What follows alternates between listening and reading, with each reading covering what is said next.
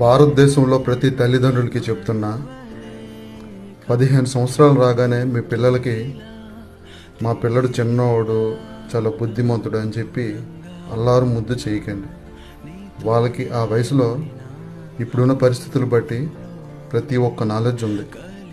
వాళ్ళని సోమరపోతుల్లాగా చేసే కంటే 15 సంవత్సరాల తర్వాత ఒక పార్ట్ టైం జాబ్ లాగా వాళ్ళని బయటకు పంపించండి.